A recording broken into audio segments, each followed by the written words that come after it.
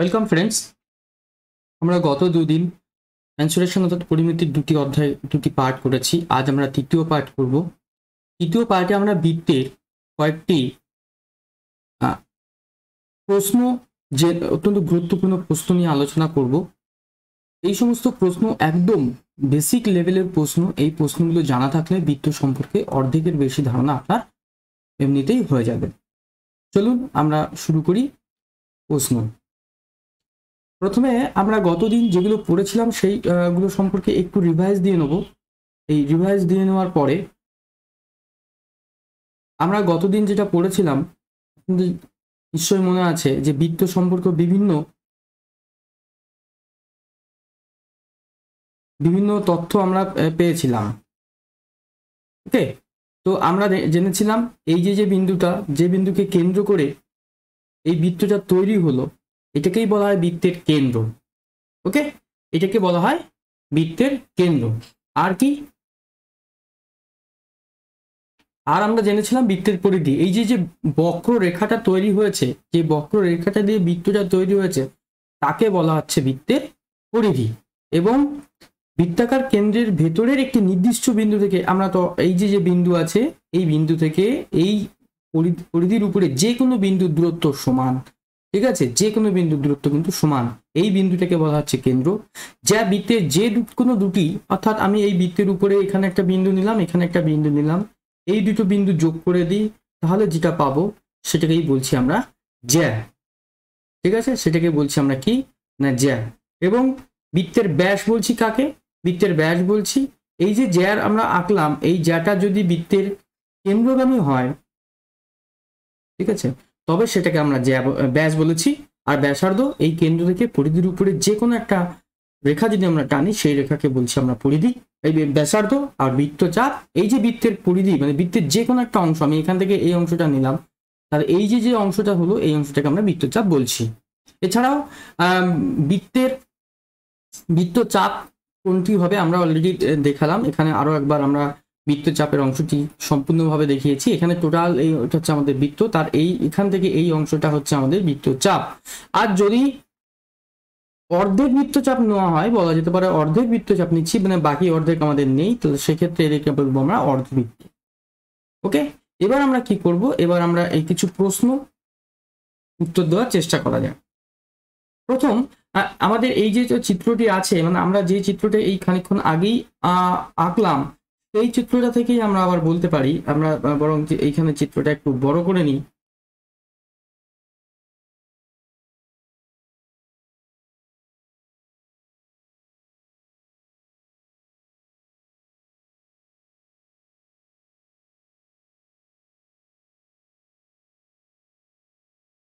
ওকে, তো আমরা এই যে ছবিটা আছে, এই ছবিটা থেকে আমাদের এই উত্তরগুলো করতে হবে। বৃত্তের ছবি দেখি এবং নিচের প্রশ্নগুলোর উত্তর খুঁজি। তো এই ছবিটাকে আমরা এখানে একটু বড় করে নিলাম। প্রথমে বলা হচ্ছে ও বিন্দু হলো বৃত্তের, তাহলে ও বিন্দু এটাকে আমরা বৃত্তের কি বলি? এটাকে আমরা বলি বৃত্তের কেন্দ্র। তার মানে আমাদের এখানে হবে সেন্টার বা কেন্দ্র। ওকে, এবার বি নম্বর কোশ্চেনে ও কিউ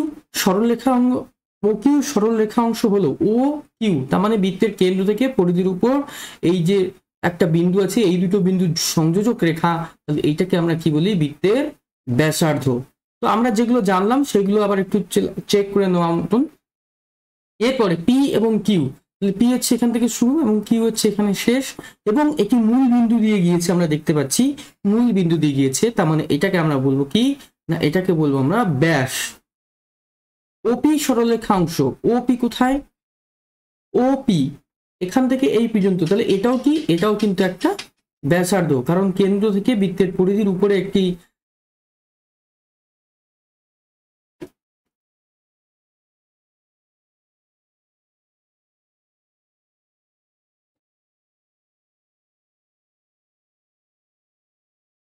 ঠিক আছে। তো তারপরে কি হবে আমাদের? আমরা দেখতে পাচ্ছি এম এন সরলরেখা, অর্থাৎ এইখান থেকে এই পর্যন্ত যে সরলরেখাটা ছিল, সেই সরলরেখাটা আমাদের কি আছে? এই যে বৃত্তের কেন্দ্রগামী নয়, এটা ভালো করে খেয়াল করতে হবে, বৃত্তের কেন্দ্রগামী এই সরলরেখাটা নয়, তাহলে এই সরলরেখাটাকে আমরা বলি জ্যা। ঠিক আছে, এম এন, এম এন যে দুটো বিন্দু আছে, এই দুটো বিন্দু এই বৃত্তকে কি করেছে, এই বৃত্তকে কিন্তু সমান ভাগে ভাগ করেনি, দুটো অংশে ভাগ করেছে। তো এই দুটি ভাগকে আমরা বৃত্তকে দুটি বৃত্তাংশে ভাগ করেছে, আমরা বলবো বৃত্তা অংশে ভাগ করেছে। ঠিক আছে, বৃত্তাংশে ভাগ করেছে। এখন তারপরের প্রশ্ন কি আছে, এস আর, তার মানে কোনটা, এই যে এস, এই যে আর, এস ও এবং আর ও, অর্থাৎ এই যে যে অংশটা আছে, এই যে আমরা ভরাট করে দিলাম, এই অংশটা, এই অংশটার মানে কি, বা এই অংশটার কি নাম, এই অংশটার নাম হলো বৃত্তকলা। কারণ একটা বৃত্তের সম্পূর্ণ অংশের কিছুটা অংশ মাত্র, একটা অ্যাঙ্গেল, একটা অ্যাঙ্গেল নিয়ে, অর্থাৎ কোণ নিয়ে এই অংশটা তৈরি হয়েছে। ঠিক আছে, এবার পিকিউ ব্যাসের প্রান্ত বিন্দু দুটি বৃত্তকে যে দুটি অংশ, পিকিউ কোথায়, এই একটা বিন্দু পি এবং এই একটা বিন্দু কিউ, এই দুটো বৃত্ত, এই টোটাল, এই দুটো বিন্দু এই টোটাল বৃত্তকে দুটি সমান অংশে ভাগ করেছে। এই যে যে ভাগ করেছে এটাকে আমরা কি বলবো না, অর্ধ বৃত্ত। তাহলে এই বিষয়গুলো আমরা যেগুলো জেনেছিলাম সেগুলো আমরা আবার একবার চেক করে নিলাম যে আমরা ঠিক আছে কিনা। তো আমরা সেগুলো দেখলাম যে এরকম। ওকে, চলো এবার আমরা নেক্সট প্রশ্নে চলে যাই। ঠিক বাক্যের পাশে, ঠিক বাক্যের পাশে ঠিক চিহ্ন এবং ভুল বাক্যের পাশে ক্রস চিহ্ন বসাতে হবে। বৃত্তের সব ব্যাসই হলো জ্যা, ইহা সত্য অথবা মিথ্যা আপনাকে বলতে হবে।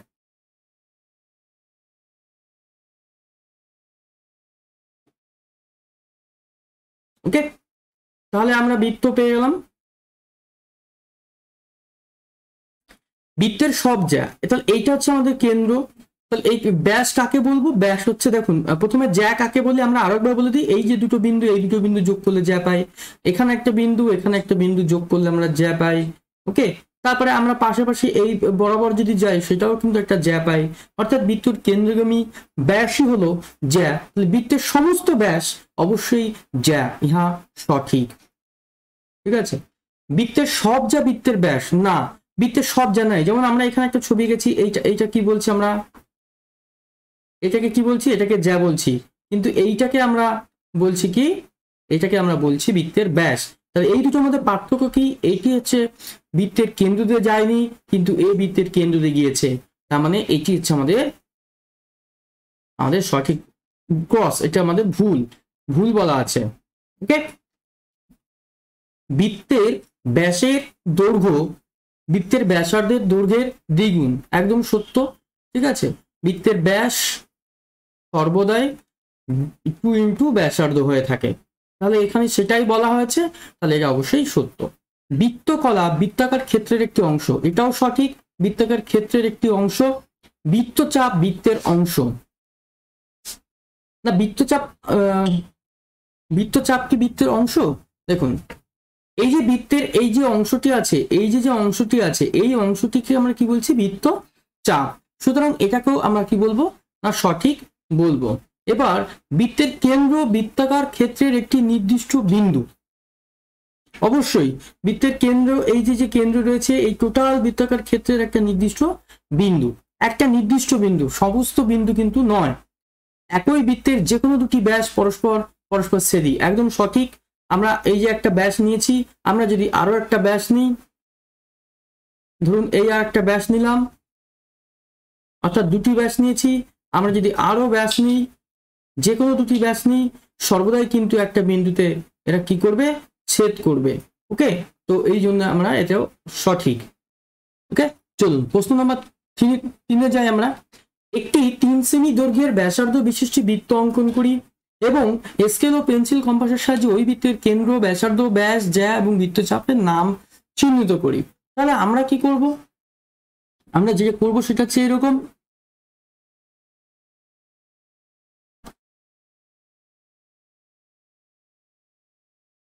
তাহলে আমরা যেটা করব, ধরুন এখানে আমরা একটা কি নিলাম, একটা পয়েন্ট নিলাম।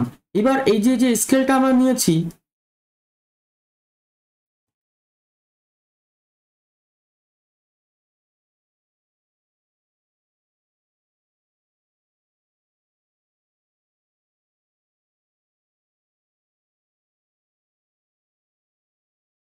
ঠিক আছে, তো আমরা আরেকবার দেখে নেব।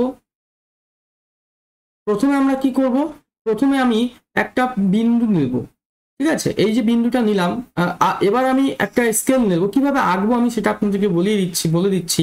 যারা বাচ্চারা আছে মূলত আমরা একটু 5-6 ক্লাসেও আমরা কিন্তু এই জিনিসটা করিয়ে থাকি। তাহলে এই যে আমাদের স্কেল আছে, এই স্কেলটার একদম জিরো দাগ যেটা আছে সেটা আমি যে বিন্দুটা নিয়েছি সেই বিন্দুর উপরে বসাবো। এরপরে আমরা কি করব, এই সাইড বরাবর, এখান থেকে সাইড বরাবর কত বলেছে, 3 সেমি বলেছে। তাহলে এখান থেকে সাইড বরাবর আমরা 3 সেমি কিন্তু এই নিলাম। ওকে, 3 সেমি নিয়েছি, ঠিক আছে। এবার আমরা কি করব, এবার তো আমাদের স্কেলের কাজ আর কিছু নেই।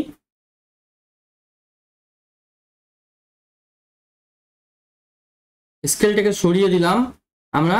এবার আমাদের কাটা কম্পাস নিয়ে আসবো। আপনাদের প্রত্যেকের কাছে কাটা কম্পাস আছে, বাচ্চাদের কাছে বিশেষ করে। তাহলে এই কাটা কম্পাসটা আমরা এই যে বিন্দুটা নিয়েছিলাম এখানে বসাবো। আপনাদের কাছে কাটা কম্পাস একটু অন্যরকম, বাট আমার কাছে ডিজিটাল কাটা কম্পাস রয়েছে, সেই জন্য আমার কাছে এইরকম। ওকে, তো আমরা এই 3 সেমি বিশিষ্ট একটি বৃত্ত এঁকে নিলাম। ওকে, এবার কি বলেছে, এবার বলেছে ওই বৃত্তের কেন্দ্র। তাহলে কেন্দ্র কোনটা বলবো, কেন্দ্রকে নাম দিলাম ও। তাহলে ও হলো বৃত্তের কেন্দ্র, ঠিক আছে। বৃত্তের ব্যাসার্ধ আমরা এখানে আরেকটা নাম দিই এ। তাহলে ও এ, এটি হলো বৃত্তের ব্যাসার্ধ। ব্যাস, তাহলে ব্যাস আমরা একটা আঁকবো। আমরা এখানে ব্যাস এঁকে নিচ্ছি। এই এটাকে অবশ্যই আমরা একটা ব্যাস বলবো। পি এবং কিউ নাম দিলাম। কেন ব্যাস বলছি এটাকে, তার কারণ হচ্ছে এই যে যা আমরা আঁকলাম পি এবং কিউ, এটি কি হয়েছে, এটি কিন্তু বৃত্তের ব্যাস কেন্দ্র বরাবর গিয়েছে, তাই এটাকে আমরা বলবো বৃত্তের ব্যাস। এরপরে আমাদের জ্যা অঙ্কন করতে বলা হয়েছে, তাহলে আমরা আবার একটা জ্যা অঙ্কন করব এখান থেকে। ধরুন এই হলো আমাদের জ্যা, এর একটা নাম দিলাম এ আর এস, আর এস। তাহলে এটা আর লিখলাম, এস লিখলাম, এটা হচ্ছে আমাদের জ্যা। সমস্ত বিষয়গুলো চিহ্নিত করে নেওয়া হবে, তাহলে আমাদের বেশি সুবিধা হবে। এরপরে রয়েছে কি, এরপরে রয়েছে না বৃত্তচাপ। তাহলে বৃত্তচাপ আঁকা তো রয়েছে আমাদের, শুধু একটা পার্ট আমাদের নিয়ে নিতে হবে। ধরুন আমি এখান থেকে কিউ বিন্দু নিলাম, এখান থেকে ও বিন্দু নিলাম, তাহলে মাঝখানে কিন্তু আরেকটা বিন্দু দিতে হবে টি। তাহলে এই যে অংশটা হয়েছে আমাদের, ঠিক আছে, এই যে অংশটা এই পর্যন্ত, এটাকে আমরা একটা অবশ্যই বৃত্তচাপ বলতে পারি। তাহলে এ পি কিউ, এটি আমাদের একটি বৃত্তচাপ আমরা নাম দিতে পারি। এছাড়াও অসংখ্য বৃত্তচাপ এখানে রয়েছে, সেগুলো আমরা আলাদা আলাদা করে ভাগ করে লেখা যেতে পারে, বাট আমাদের যে কোনো একটা নাম দিয়ে চিহ্নিত করলেই এটা সম্পূর্ণ হবে। এখানে যেটা ও এ ব্যাসার্ধ আমরা লিখবো যে ও এ সমান 3 সেমি। ওকে, কারণ 3 সেমি ব্যাসার্ধের একটি বৃত্ত অঙ্কন করতে বলা হয়েছে। তাহলে আমরা একটা বৃত্ত কি কি চাওয়া হয়েছে, কি কি চাওয়া হয় তা সম্পূর্ণভাবে আমরা দেখে নিলাম। মূলত এইগুলোই আসে। বলছে একটি বৃত্তের পাশের বৃত্তের, তাহলে আমরা একটা বৃত্ত এঁকে নিই। এই একটা বৃত্ত আঁকলাম। এই বৃত্তের কি বলেছে, অধিবৃত্তাংশ হলুদ এবং রং এবং উপবৃত্ত। তাহলে আমরা প্রথমে একে দুটো ভাগে ভাগ করে দিই, তাহলে আমাদের যে পাশের বৃত্তটা বলেছে সেটা আমরা এই বৃত্ত হিসেবে ধরে নেব। ওকে, এবার কি বলেছে, অধিবৃত্তাংশ হলুদ রং এবং উপবৃত্তাংশ সবুজ রং। প্রথমে আমরা জেনে নেব যে এদের মধ্যে অধিবৃত্তাংশ কোনটি এবং উপবৃত্তাংশ কোনটি। এই যে বৃত্তকে দুটো ভাগে ভাগ করেছে, তাদের মধ্যে বড় অংশটা হচ্ছে অধিবৃত্ত। তার মানে এই যে একটা পার্সেন্টটা রয়েছে আমাদের, ঠিক আছে,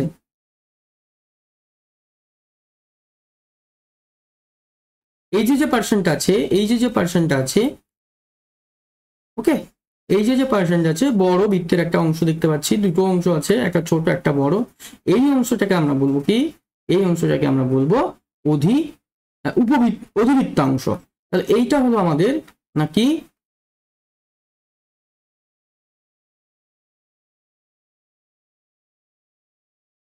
এটা হলো আমাদের অধিবৃত্তাংশ। এবং বাকিটা আমাদের কি করতে বলেছে, উপবৃত্ত অংশকে,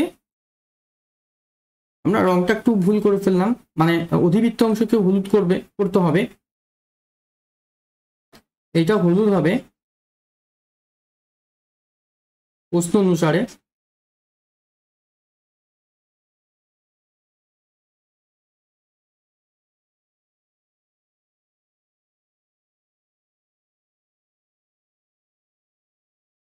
ঠিক আছে, তাহলে এইটা হচ্ছে আমাদের কি, এটা হচ্ছে আমাদের অধিবৃত্তাংশ, যেটাকে আমরা হলুদ রং করার চেষ্টা করছি। আর বাকি উপরে যেটা আছে সেটা আমাদের কি, সেটা কিন্তু আমাদের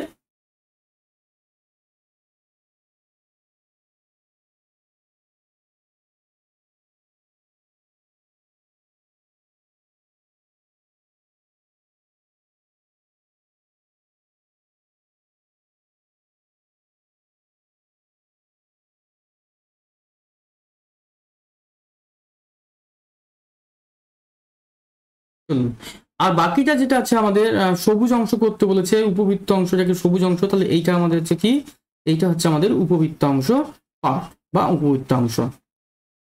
ঠিক আছে, উপরের অংশটা। তো এই হলো উপবৃত্তাংশ এবং অধিবৃত্তাংশ। এবার আমরা কি বলেছে 5 নম্বর কোশ্চেন আমরা দেখে নিই, যে কোনো দুটি বৃত্তের ব্যাসার্ধের দৈর্ঘ্য 2 সেমি এবং 4 সেমি, অর্থাৎ R1 আমরা লিখলাম 2 সেমি এবং R2 আমরা লিখলাম 4 সেমি, ওই বৃত্তের ব্যাসের দৈর্ঘ্য কত? তাহলে ব্যাসকে আমরা D1 D2 দিয়ে লিখি, কারণ ডায়ামিটার, ব্যাসের ইংরেজি হচ্ছে ডায়ামিটার, সেই অনুসারে ডায়ামিটার সবসময় কি হয় আমরা জানি R সমান, আমরা জানি D সমান 2 ইন্টু R, তাহলে 2 গুণিত 2 অর্থাৎ 4 সেমি, আবার এখানেও তাই 2 গুণিত 4 অর্থাৎ 8 সেমি, এক্ষেত্রে আমাদের সঠিক অ্যান্সার। কোন বৃত্তের বৃহত্তম জ্যার দৈর্ঘ্য 10 সেমি, তাহলে কি বলেছে অঙ্কটাতে? অঙ্কটাতে বলেছে বৃত্তের বৃহত্তম জ্যা এটি হলো 10 সেমি। ঠিক আছে, এটি আমাদের 10 সেমি। তাহলে বৃত্তের ব্যাসার্ধ দৈর্ঘ্য কত হবে? তাহলে এই ক্ষেত্রে কিন্তু দারুণ প্রশ্ন দিয়েছে। তাহলে যে বৃত্তের বৃহত্তম জ্যা যেটাকে আমরা বলছি, বৃত্তের বৃহত্তম জ্যা যেটাকে আমরা বলছি, এটাই আসলে কিন্তু ব্যাস। তাহলে ব্যাস হচ্ছে এক্ষেত্রে কত? 10 সেমি। তাহলে ব্যাসার্ধ কত হবে? ব্যাসার্ধ অবশ্যই ব্যাসের অর্ধেক হবে, তাহলে 10 ভাজিত 2 অর্থাৎ 5 সেমি, সেক্ষেত্রে আমাদের সঠিক উত্তর পাওয়া যাবে। একটি বৃত্তের ব্যাসার্ধ 3.5 সেমি হলে ওই বৃত্তের ব্যাস কত? তো আমরা এইমাত্র যে ধরনের প্রশ্ন করলাম ঠিক সেই ধরনের প্রশ্ন। তাহলে ব্যাসার্ধ R সমান 3.5 সেমি, তাহলে ব্যাস কত হবে? D সমান 2 ইন্টু 3.5 সেমি অর্থাৎ 7.0 সেমি, তখন আমাদের অ্যান্সার পাওয়া যাবে। একটি বৃত্তের ব্যাসার্ধ 14 সেমি হলে ওই বৃত্তের পরিধি কত? তাহলে আমরা জানি পরিধি যেটা চাওয়া হয়েছে, এই যে পরিধি যেটা চাওয়া হয়েছে, এই পরিধি মানে পরিধির সূত্র কি? পরিধি হচ্ছে 2 পাই R, অর্থাৎ আমরা যদি বসিয়ে দিই এখানে 2 ইন্টু 22/7 ইন্টু R মানে কত? 14 একে কেটে দিলাম 2, তাহলে আমাদের 88 সেমি হলো। আমরা এভাবে করতে পারি, অথবা গতদিন আমরা দেখেছিলাম যে যদি 7 সেমি ব্যাসার্ধ হয় আর যদি 7 সেমি হয়, তাহলে পরিধি আমাদের পরিধি কি হবে? পরিধি হবে 44 সেমি।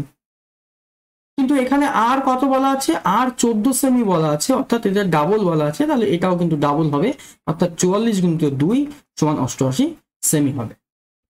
নেক্সট, ব্যাসার্ধ 7 মিটার হলে পরিধি নির্ণয় করুন। তাহলে ব্যাসার্ধ আর সমান 7 মিটার যদি হয়, তাহলে পরিধি কত হবে? আমরা অলরেডি বলেছি, নির্ণয় করতে বলেছে। তাহলে 2 ইন্টু পাই মানে 22/7 ইন্টু আর মানে 7, 7 কেটে দিলাম, তাহলে 44।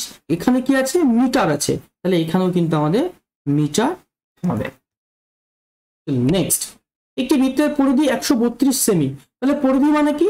2 ইন্টু 22/7 ইন্টু আর, যেটা মানে কি হচ্ছে 132। এবার আমাদের কাটাকাটি করতে হবে না, আমরা 22 দিয়ে কাটলাম 6, আমরা 2 দিয়ে কাটলাম 3, অর্থাৎ আর সমান 3 ইন্টু 7, তার মানে 21 সেমি আমাদের ওই বৃত্তের কি এটা?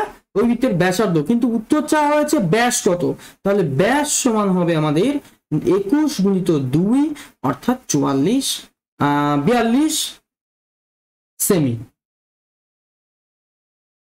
নেক্সট, একটি বৃত্তের পরিধি 110 সেমি হলে ওই বৃত্তের ব্যাসার্ধ কত? তাহলে একই ধরনের প্রশ্ন আমরা কি লিখবো? 2 গুণিত 22/7 গুণিত বৃত্তের ব্যাসার্ধ সমান 110। এবার আমরা কেটে দিই, এটা দিয়ে একে 5 দেন আর সমান 5×7=35/2, তার মানে 17.5 সেমি হচ্ছে তখন আমাদের সঠিক উত্তর। ওকে, তাহলে বৃত্তের ব্যাসার্ধ কত? বৃত্তের ব্যাসার্ধ 17.5 সেমি। কেন সেমি হলো? কারণ এখানে সেমি আছে, সেই জন্য কিন্তু আমাদের সেমি এখানে অ্যান্সার আসলো। এবার বলেছে কোন বৃত্তের ব্যাসার্ধ 7 সেমি হলে ওই বৃত্তের ক্ষেত্রফল কত? তাহলে আমাদের ক্ষেত্রফলের ফর্মুলাটা কি আছে? ক্ষেত্রফলের ফর্মুলাটা আছে পাই ইন্টু আর স্কোয়ার, অর্থাৎ 22/7 ইন্টু আর স্কোয়ার মানে কি? মানে হচ্ছে 21 স্কোয়ার, 21 ইন্টু 21। এই তাহলে 6 আছে এখানে আমাদের, আমি এখানে এইভাবে লিখি যে 11 ইন্টু 6 ইন্টু 21, সুবিধাতে গুণ করার সুবিধাতে 6 দিয়ে একে গুণ করি, 6 একে 6 আর 6 দিয়ে 12 ইন্টু 11 লিখি, তাহলে 6, 8, 3, 1। এত কি হবে? এটা বর্গ সেমি হবে। ওকে, এত বর্গ সেমি হবে। কেন বর্গ সেমি হবে? কারণ ক্ষেত্রফলের একক কি হয়? সবসময় বর্গ একক হয়, তাহলে এটা সেমি থাকলে বর্গ সেমি। নেক্সট, একটি বৃত্তের ব্যাসার্ধ 10 সেমি হলো ওই বৃত্তের বৃহত্তম জ্যায়ের মান কত? তাহলে বৃহত্তম জ্যাকে আমরা কি বলি? ঠিক আছে, বৃহত্তম জ্যাকে আমরা কি বলি সেটা হচ্ছে প্রথমে জানতে হবে। বৃহত্তম জ্যাকে আমরা বলি ব্যাস। তার মানে আমাকে আলটিমেটলি আমাকে কিসের দৈর্ঘ্য চাওয়া হয়েছে? ব্যাসের দৈর্ঘ্য। তাহলে ব্যাস সমান আমরা জানি 2 গুণিত ব্যাসার্ধ, ঠিক আছে, অর্থাৎ 2 গুণিত 10 সেমি, তার মানে কত হচ্ছে? 20 সেমি, তখন আমাদের সঠিক অ্যান্সার হচ্ছে। চলো নেক্সট টাইম, একটি বৃত্তের ব্যাসার্ধের দৈর্ঘ্য 14 সেমি হলে অর্ধবৃত্তের পরিসীমা কত? তাহলে আমরা কি করব? একটা অর্ধবৃত্ত প্রথমে এঁকে নিই।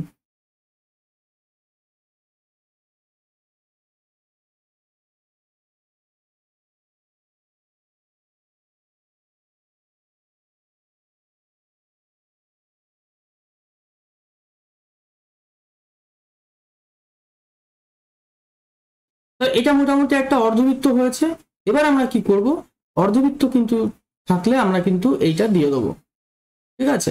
এই হলো আমাদের অর্ধবৃত্ত। এখন বিষয়গুলো বিভিন্ন রকম প্রশ্ন আসে। যদি বলে আপনার একটা বাটি আছে, ঠিক আছে, বাটি আছে, বাটিটা কেমন দেখতে হয়? বাটিটা এরকম দেখতে হয়। এক্ষেত্রে বিভিন্ন ধরনের প্রশ্ন আসে। কিন্তু একটা বাটি আছে, এরকম গোল বৃত্তাকার বাটি আছে, তার যদি আমাদের পরিধি বা পরিসীমা বের করতে বলে তাহলে কি করব? বা এরকম থাকলে কি করব? বা আমি একটা এই যে যেটা আছে সেটা কি করব? তো এই ক্ষেত্রে আমরা যেটা করব সেটা হচ্ছে এই পরিসীমা বা পরিধি বের করতে গেলে পাই আর প্লাস এই যে লম্বা দাগটা আছে, এই দাগটা মান কত? 2r। জাস্ট এখানে বসিয়ে দিলে কিন্তু আমাদের অ্যান্সার বেরিয়ে আসবে।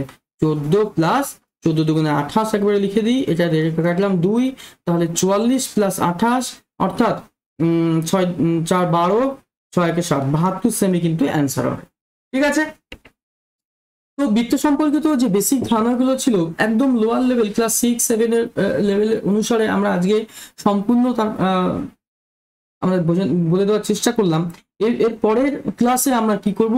যে কম্পিটিটিভ এক্সামে যে সুবীর দাসের বই রয়েছে, সেই কম্পিটিটিভ এক্সামের সুবীর দাসের বইয়ের প্রশ্নের উত্তরগুলো, অর্থাৎ বৃত্ত সংক্রান্ত যত প্রশ্ন রয়েছে সেই প্রশ্নের উত্তরগুলো কিন্তু সমাধান করব। তো যদি কোনো সমস্যা হয় অবশ্যই আমাকে কমেন্ট করে জানাবেন। আর যদি ভালো লাগে তাহলে অবশ্যই লাইক করবেন, এবং বিভিন্ন যে এডুকেশনাল গ্রুপ রয়েছে, বিশেষ করে কম্পিটিটিভ এডুকেশনাল গ্রুপ রয়েছে, সেখানে আপনারা প্রয়োজনে ভিডিওটি শেয়ার করবেন। এছাড়াও যারা নতুন তারা অবশ্যই সাবস্ক্রাইব করবেন, আর পাশে থাকা বেল আইকন প্রেস করতে ভুলবেন না। ওকে, তো আজ এখানেই রাখছি। প্রত্যেকের সঙ্গে থাকার জন্য অসংখ্য ধন্যবাদ।